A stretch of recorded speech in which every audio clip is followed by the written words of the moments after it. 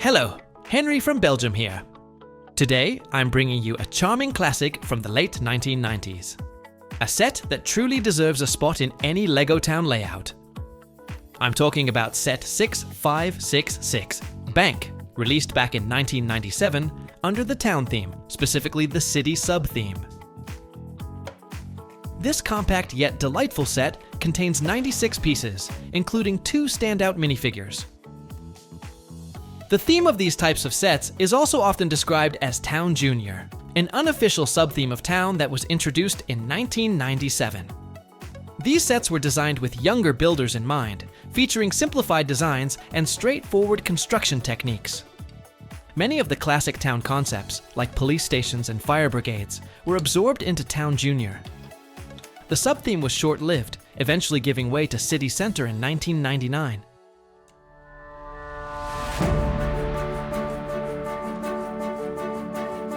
Let's take a closer look at what I have here. I have the original box, a cardboard inlay, the parts, and the instructions. Now here's something interesting I hadn't seen before. These might actually be the original plastic bags the pieces came in. A little detail, but it adds a nice touch of authenticity.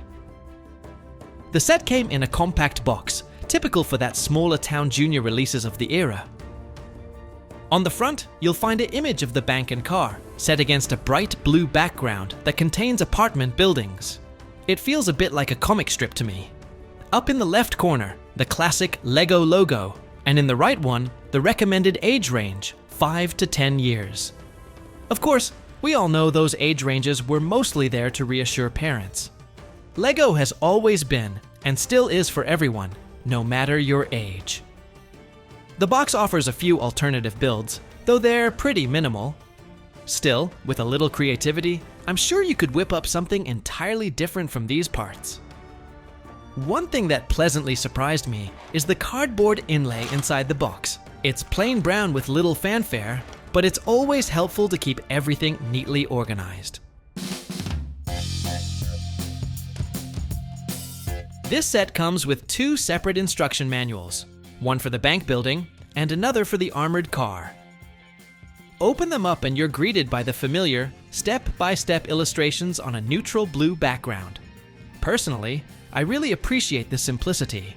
Clean layouts without distracting text or unnecessary clutter. The armored car consists of just 5 build steps, while the bank itself takes 6. Quick, easy, and perfect for younger builders, yet still satisfying for an older fan like me. The set includes 2 minifigures, thoughtfully designed to fit the bank setting. Look closely and you'll notice their torsos feature unique prints. One of them, with a tie, is exclusive to this set, while the other only appears in one other set. These small details make the minifigures particularly desirable for collectors. They're certainly one of the main reasons enthusiasts would want to add this set to their collection. As I dive into the building process, I'll share some insights along the way. Right off the bat, I can tell you there are very few basic bricks here. I spot a single red 2x4 brick and one black 2x2 brick. The rest? Mostly large molded pieces. For instance, we've got 4 large black panels and some light gray bricks. Several of the pieces feature printed details, which is a real treat. No stickers in this set. Everything, including the windows, comes pre-printed with designs that fit the bank theme perfectly. I'm starting with the base plate, a classic green 8x16 plate that's been in use since 1971 and appears in 99 different sets. Within 2 simple build steps, the ground floor is already taking shape. This build isn't particularly challenging, but it's still enjoyable. There are windows with a printed design I've never seen before, and an ATM panel that is also new to me. Both of these elements are exclusive to this set, which makes it even more appealing to collectors. I love the use of the gray bricks, the original light gray, not the newer bluish gray pieces. There's something nostalgic about that color palette. It feels warmer and more classic. The front of the bank features a leaf element and a few flowers, adding some cool extra to the build. For the decoration inside, I have a blue container with a drawer, housing 4 golden coins, topped with a tile showing a keyboard print. Above that, a 1x2 brick with a security screen print. This element appears in only 20 sets, and this is the first time I've added one to my collection. It's mounted on a round 1x1 plate, so you can swivel it to face different directions. If I had one suggestion, it would be to add an extra chair for the interior, but overall, I'm really pleased with the level of detail.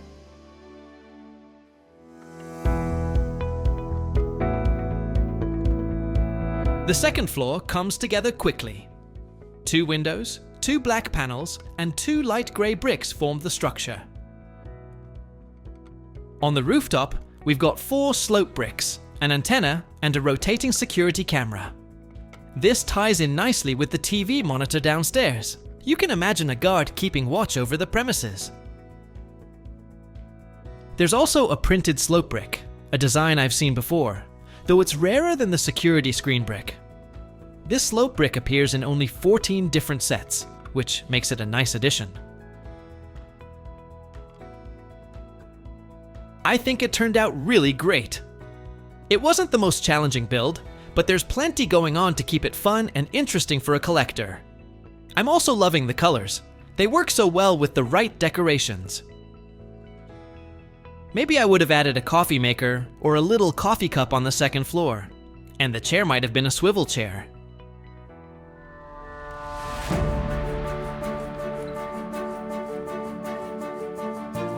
Now it's time to build the armored car, and I start with a vehicle base that I hadn't seen before. It was only produced from 1997 to 1999 and can be found in just 13 sets. The build involves a few smaller plates, but once again relies on some large molded pieces. Despite the simplicity, this truck has great details and a high play factor. The unique bricks on the front and sides and the printed container doors are exclusive to this set. The tiles with dollar signs are also a great play feature. Once complete, this truck looks solid and no easy target for would-be robbers. At the end of the build, you have a compact yet instantly recognizable bank, complete with a robust armored car. It has simple construction techniques, bold colors, and a clear emphasis on playability.